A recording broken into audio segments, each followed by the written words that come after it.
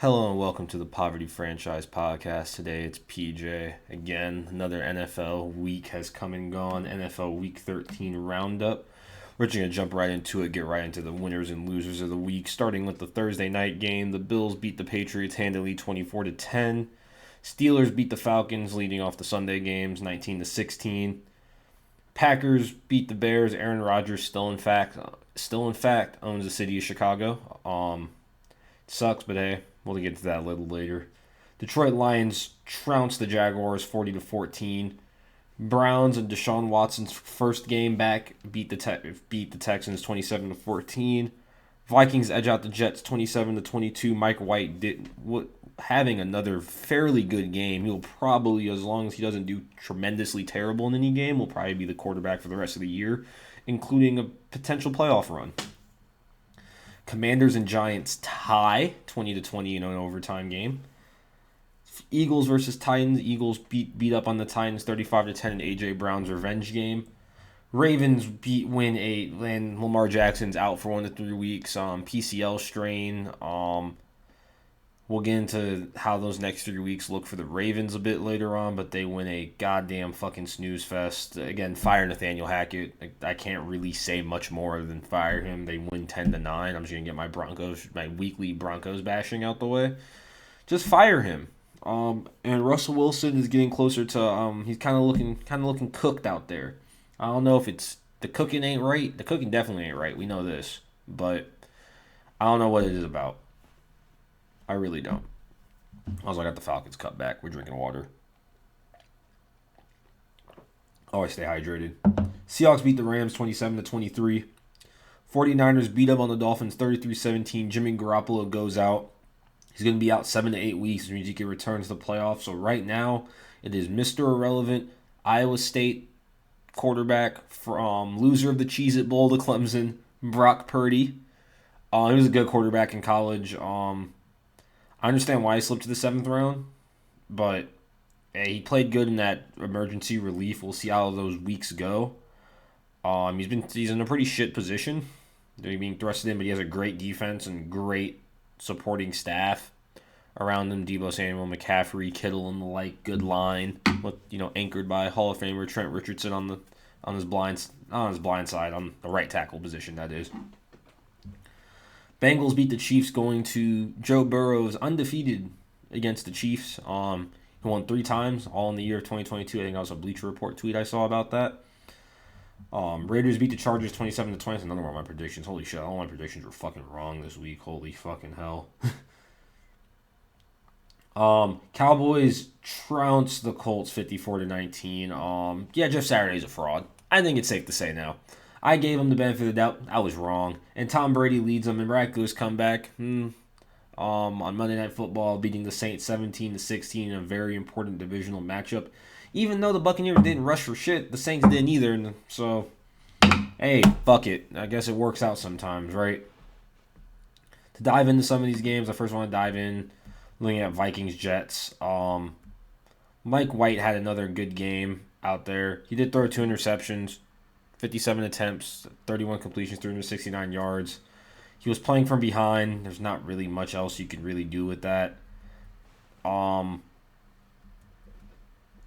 they just came across the better squad, a better defensive squad, a more cohesive squad in the Vikings. Kirk Cousins not in prime time, had a very good game. Dalvin Cook did his job. Justin Jefferson also did his job. T.J. Hawkinson's settling in there well. The defense played very well. Harrison Smith picking up another to add to his long list of interceptions he has in his career, 34. I don't know how much he had. But then going to my team, they lost 28-19. The second half again, Luke Getsy's play calling. More can be desired. Justin Fields did throw 2 interceptions, but he also rushed for 71 yards in the TD. I think the lack of Khalil Herbert really shows how thin the Bears were at running back. How thin most running back rooms are.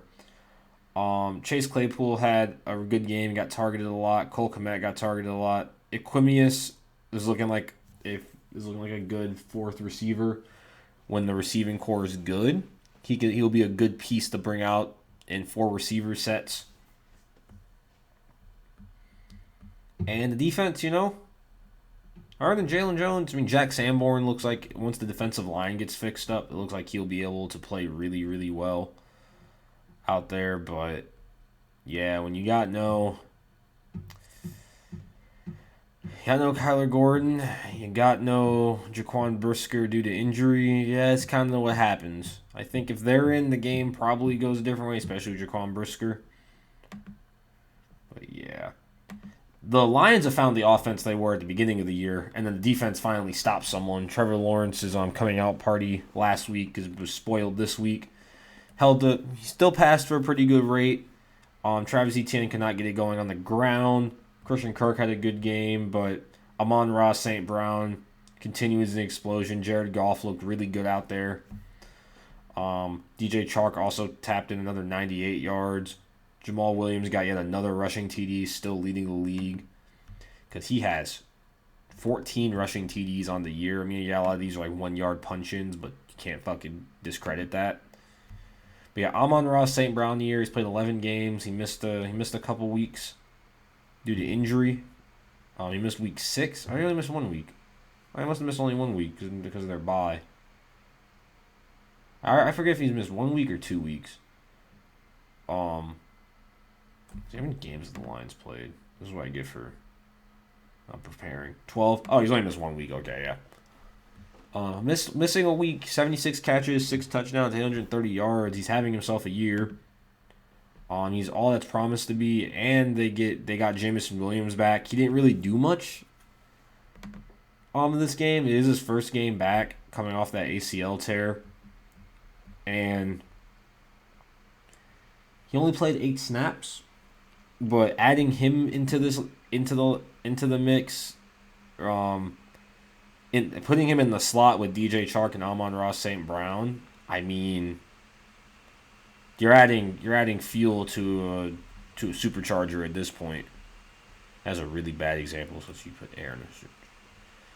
It's like upgraded fuel injectors. Bad car analogy. That's beyond the point. Shit. My knowledge. I play a lot of Forza Horizon. That's sorry. My bad. But yeah, you guys, you might as well see how the season goes. You're probably not going to make the playoffs unless something miraculous happens if you're the Lions. So you give him some run. You see what you got. He was your first-round pick. If he came back from an ACL tear, great. You have a solid receiving cast for whatever quarterback. You're probably not going to move on with Jared Goff in the future. It's probably going to be, depending on how the draft shakes up, depending on who trades up, if you're willing to trade up, or you're picking of, Bryce Young or CJ Stroud would be who I think is worth that first overall pick. If not, I'd shore up the defense because I don't think Will Levis is that. But again, it's not a mock draft video. Just wasn't that impressed with Will Levis. Or you could take a flyer on Anthony Richardson. You have Jared Goff there as insurance. If Jared Goff, you keep the leash short on Jared Goff, you pay A-Rich in, or you develop A-Rich behind Jared Goff. Let's discuss the Boarfest. Let's just get it out the way because it's one of the few games I want to discuss. I want to discuss Browns-Texans, and I want to discuss Eagles-Titans, and I'm going to have A.J. Brown stats pulled up so we can look at them. I know you're just kind of looking at my face right now, but I'll pull up Pro Football Reference, a.k.a. the best site ever made. This was a goddamn boring piece of shit. 1 touchdown was scored. It was by the Ravens. It was in the 4th quarter. Everything else was fucking field goals.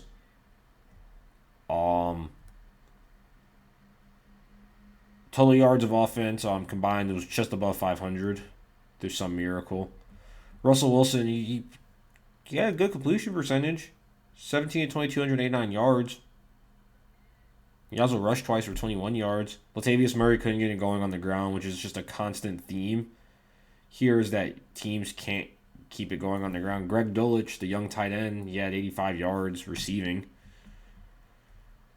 Lamar Jackson only played 4 snaps. Tyler Huntley, Lamar Jackson at home, played the rest of the game. This was just a boring ass game, boring ass football. You can call this a defensive matchup. My apologies. The Ravens defense held the Broncos to 3 field goals for the whole game. You gotta give them credit for that. But it really comes down to the fact that they just couldn't get anything fucking going. Like, Like, I'm just going to pull out my fucking calculator. I don't really feel like pulling it up right now, but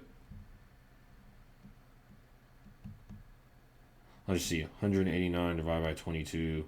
8.5 yards an attempt. That's not bad. But then when you do it, and then by completion, it's almost, it's just under. Or, yeah, it's 11 yards of completion. It's not bad passing football, but they couldn't get the rush established, and they couldn't punch it in when it mattered at the end zone. They can march it between the 30s. It feels like, just say march it between the 20s, but they couldn't really finish off anything. You settled for 3 field goals, so. Yeah, just kind of shit football. I mean, again, like I can't really add much other than that they lost Lamar Jackson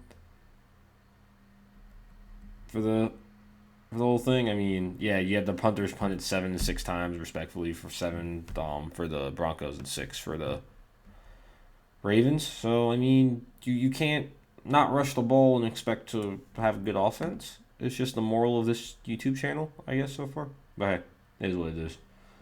Deshaun Watson's return. Man who I still think should not be playing NFL football. His return, they won the game, so karma didn't work all the way, but he did a shit football game. He was rusty as hell. He hasn't played football in a long time. He just was allowed to practice with the team. 12 completions, 22 attempts on 131 yards, and interception. Like, nothing inspiring. Nick Chubb rushed for over 4 yards a carry. Kareem Hunt added, so they added to 80, 136 yards on the ground. They did enough to get the job done against a bullshit team. So, yeah, they beat the Texans. I still don't wish them well, so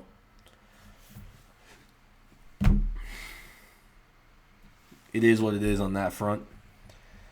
The 49ers beat the Dolphins up good. Even with Jimmy Garoppolo going down, they didn't miss a stride.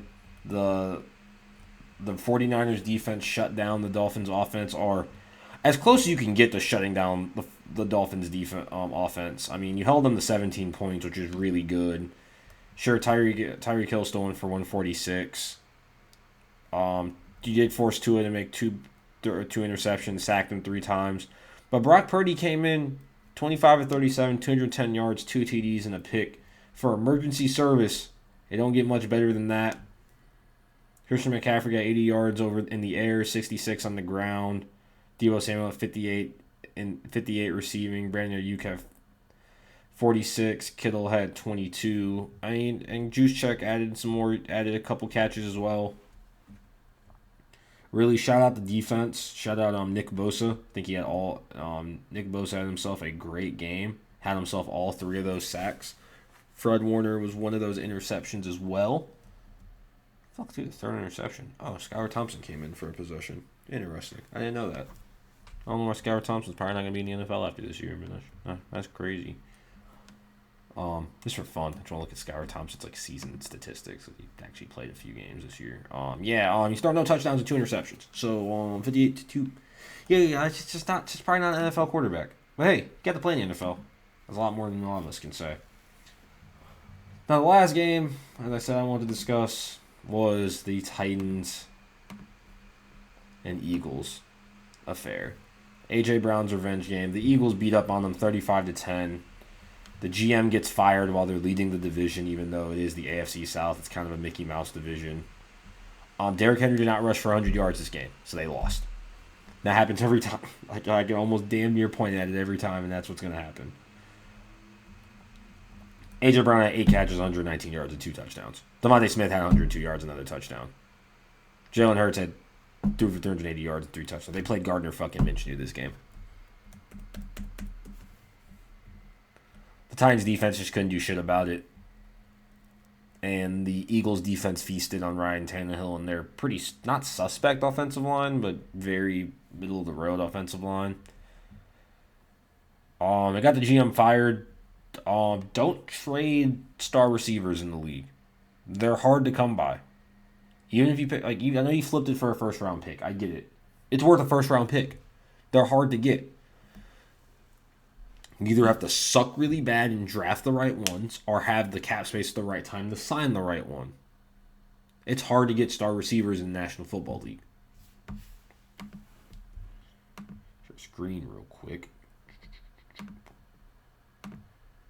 A.J. Brown has 950 yards and 9 touchdowns on the year. 61 catches. This is what the Titans cut. They cut 2,000-yard seasons. He only started 11 of the games his rookie year. 1,000-yard season, 8 touchdowns. Only played 14 games in 2020 out of 17. 1,075 yards, 11 TDs. Pro Bowler. 2021, he missed some time. He missed 4 weeks. 869 yards, still great production. 869 yards, 5 touchdowns, 13 yards a catch. And this year, through 12 games, 950 yards, 9 TDs.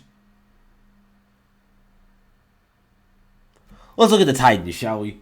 Let's look at who the fuck the Titans have this year. Let's just look at their receivers. Because them getting A.J. Brown was just adding to the riches they had, because they have, I know Dallas Goedert's going to be out for some time. If I'm not mistaken, he's going to make sure he's out before I speak out of turn. Yeah, Dallas Goedert is going to be out for some time with injury. I don't know if he's out for the year. I'll look into that in a second. Who the fuck do the Titans got as their lead receiver right now? I'm just curious. Traylon Burks, TCU receiver. This is the replacement for A.J. Brown. 359 yards and 1 TD. Oh, he was from the Arkansas receiver. Who was the fucking TCU receiver, PJ? Wrong team? Probably looking at the wrong team. This is definitely the wrong team, not the TCU nigga. I apologize. It's the 359 and 1 TD. Nick Westbrook-Akine, a guy I'm pretty high on out of Indiana. He only has 347 yards and 2 TDs.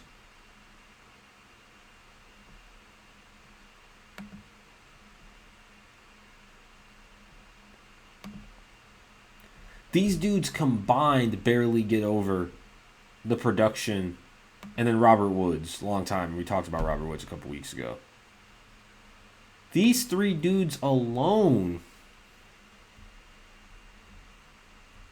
barely get over the production yard-wise of one A.J. Brown. And touchdown-wise are 5 touchdowns short.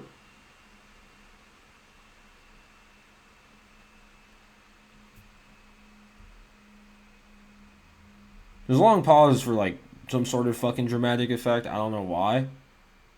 This is the reason why your offense is anemic. Your offense worked on the play action with Derrick Henry and big plays over the top when they would load the box for Derrick Henry. You know why they can load the box every fucking time now? Because every team is confident that they're willing to take the chance that your dudes, your receivers, Robert Woods, Traylon Burks, Westbrook-Akine, cannot win 1v1s at the rate A.J. Brown could.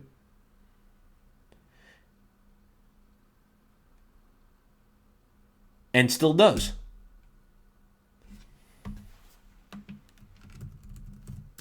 And just for clarity's sake, I want to look up Dallas Goedert's injury because I know he's hurt.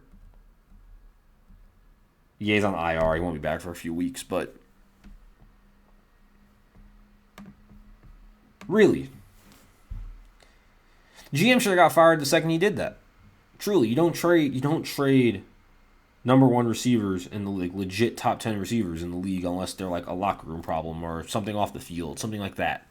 They're messing with coaching, stuff of that nature. You don't trade them for draft picks for the sake of fucking draft picks.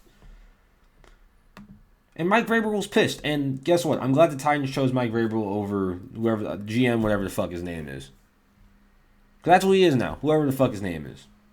Sorry, Titans fans. Looking at the standings, the Bills sit atop the AFC East 9-3. Dolphins are 8-4. Jets are 7-5. Patriots are at 500 at 6-6. AFC North, the Ravens and Bengals are still tied at 8-4, keeping pace with each other. The Browns and Steelers are both at 5-7, both making that climb back up to 500. Mike Tomlin might fuck around and not have a losing season at this rate. Kenny Pickett's also playing pretty well for, a rookie quarterback thrown into that situation this early on to his career. AFC South, Titans 7-5, just fired their GM, still comfortably ahead. Colts are 4-8-1. Jacksonville's 4-8. Texans are 1-10-1. They're getting that number 1 pick.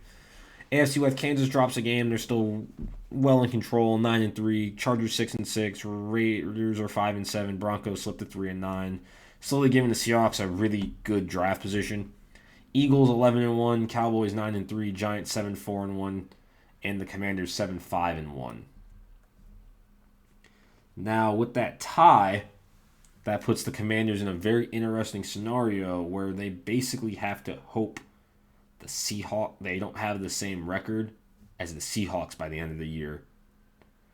Or they can leapfrog or if the Giants have to lose, and then now you have a quagmire there, basically, where the Seahawks would leapfrog them, and then those two teams would be kind of a coin flip. So they're kind of beholden to the Seahawks at this point for that wild card, that third wild card. Again, unless like losing streaks happen, like the Lions or Packers fight back till they get that third wild card. Vikings lead the NFC North still 10-2. Detroit's now second, 5-7. Green Bay's 5-8. Bears 3-10. Oh Jesus Christ, they're 3-10. Buccaneers 500 lead the division 6-6, no longer under 500 again. Falcons 5-8, Panthers 4-8, Saints 4-9. It's still really anyone's fucking division. That's still the craziest part. This all I mean is 12. There's still 5 more weeks in the season, so I mean it's still feasibly anyone's game. Niners 8-4, Seahawks 7-5, Cardinals 4-8, Rams 3-9. Both of those teams, the 49ers are probably at the biggest test of the season. Can they hold enough to hold the division lead so they don't have to get thrown into that wild card to conundrum that's seeming to form with the Cowboys and not the Cowboys and Giants, right? The Giants and Commanders. Again, it's going to be up to see how Brock Purdy plays. Look at the remainder of their schedule because he's going to have to play out the rest of the year, and maybe they're not going to get a first-round bye. That's going to be the Eagles or That's between the Eagles, Cowboys, and Vikings at this point for that first-round bye. And it's most likely looking like it's going to be Eagles versus Vikings for that first-round bye.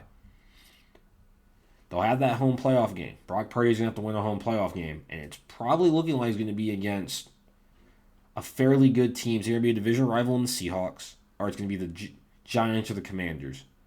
If you're Brock Purdy, you're probably hoping you pull the Giants because your defense can shut down Saquon Barkley and give you the best chance to win, and Jimmy G can come back when you have to go on the road against Minnesota, Philly, stuff like that.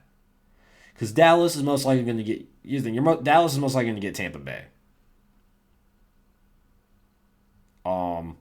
Which leaves you with the Giants or the Commanders at that point, or the Seahawks. One of those two. Two of those three. Let's look at the remainder of their schedule before we look into next week's matchups. And see how Brock Purdy is going to do. Then we'll see how the Ravens are going to look. So the remainder of their seasons, they got the Buccaneers at 4 in San Francisco. You have a road game against the Seahawks. You're at home against the Commanders. You're on the road against Las Vegas, and you're at home against the Cardinals. With how the defense is playing, these are all very winnable. Brock Purdy should have to limit errors. I'm not going to go as far as say game manage, but he might have to game manage. Home against Tampa, if they can shut down the run, they should be able to win that game. Road against the Seahawks on Thursday night is going to be your hardest one, especially on that short week. That's probably your hardest game remaining on the schedule. The Commanders' defense will give them fits, but again, so will the Niners' defense. The Raiders' Brock Purdy should play well against the Raiders. The defense, again, just can't prevent a shootout really from happening.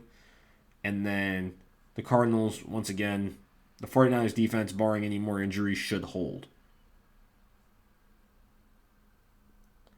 So I think the 49ers will be okay unless Brock Purdy's like a cataclysmically bad quarterback. Speaking of quarterbacks, by the way, Baker Mayfield got signed by the Rams. Probably going to play this week. Congrats to the Lions for also having a good draft pick this year because of the Matthew Stafford trade. I wish Baker Mayfield the best. Another schedule I would want to look at would be the Ravens schedule for the remainder of the season. The Ravens are a bit tougher. And Tyler Huntley does not inspire the world's most confidence. You're on the road against the Steelers and Browns or your next 2 weeks, two division rivalry games, and then you end the season on the road against the Bengals. You play the Steelers before that. Your only reprieve is the Falcons. Thankfully, it's only for 1 to 3 weeks. Let's assume it's all 3 weeks. You're probably going to drop those 2 games. I'm just going to go out on a limb and say you're probably going to drop those 2 games because the offense is nothing without Lamar Jackson. Hell, you might drop all 3 because the Falcons have, the Falcons will be playing for something. There will be, not like the Ravens win either, but they're going to be much more motivated. And the Falcons have a pretty okay defense when it's all said and done, and their offense isn't molasses either, so it's not like you can just slug it out with them. I know the Ravens' defense is good as well, but Tyler Huntley just, again, does not inspire the most confidence. Pray it's for 1 week and you just drop the game against the Steelers. You go 8-5, that's doable. You'll still have the wild card spot. Tyler Huntley in his career is 1-3. Oh no, that's on. He's played 11 games, 3 TDs, 5 interceptions. He is literally Lamar Jackson but worse. Yeah, so he's only started because the start. Yeah, so he's 1-3 in his career. I mean, he's not bad. He is a Lamar Jackson game manager, I would say. And that could be me being mean, but he's a Lamar Jackson game manager. So they're gonna have to survive. I apologize.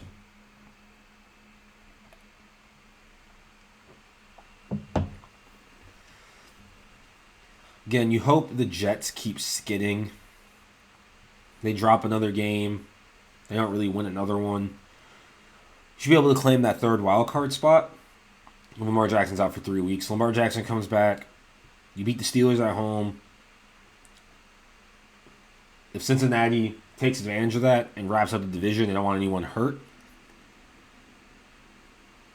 The problem is they can still play for that first round bye. They may not be. You may be able to waltz into Cincinnati and just claim that wild card spot thoroughly, right? If they're resting guys or anything. If they're still playing for that first round bye, which is important because there's only one of them, then you might probably drop that game, but you still make the playoffs. If not, Harbaugh is kind of on the hot seat. I don't really think it's his fault. It's probably more the GM's fault. I know he has a lot of say in the team construction, but they should be okay. On to the next week's games. I was super wrong last week. Thursday night's Raiders-Rams. Oh, that's a fucking mid-off. You know what? Fuck it. Baker Mayfield wins. Rams. Jets-Bills. Bills. Browns-Bengals. Cowboys destroy the Texans in the battle for Texas. You know what? It's not prime time. Vikings will beat the Lions. Eagles will beat the Giants. Titans will beat the Jags. Steelers will beat the Ravens. Dolphins will beat the Chargers, my apologies. Seahawks will beat up on the Panthers. Niners will beat the Buccaneers. Chiefs will destroy the Broncos. And the Patriots will win on Monday night against the Cardinals. Those are my Week 14 predictions. My MVP still probably is Josh Allen. It's either Josh Allen or Patrick Mahomes. Actually, it's probably got to be Patrick Mahomes on the year. I think you have to give him MVP again. Be a second MVP. Man's playing out of his goddamn mind. He has 30 touchdowns, 8 interceptions, already 3,808 yards through 12 games. He's on pace for a 5,000-yard season. Josh Allen, again, is not playing bad. I mean, not at all. Again, 3,400 yards, 25 TDs, 11 picks. He's playing really good ball, too. I just think Patrick Mahomes is playing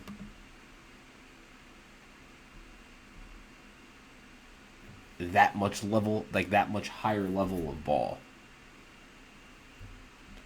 Between Depoy, probably Nick Bosa or Micah Parsons. I still would want Sauce Gardner in the mix just because I kind of like seeing DBs win it. Sauce Gardner is still playing really well if you look at any of the advanced statistics. Completion percentage is low, QB rating is low. He's allowed his first TD. So Hey, it had to happen sometime, right? But yeah, I think my MVP, Patrick Mahomes. I like to end the video on that. And Depoy, I'll probably just say Nick Bosa, only because I like the Bosa brothers. Well, that's another NFL roundup. It's been PJ. Good talking to y'all on the Poverty Franchise podcast. Signing out. Have fun, stay safe, keep watching football. Good night, good luck.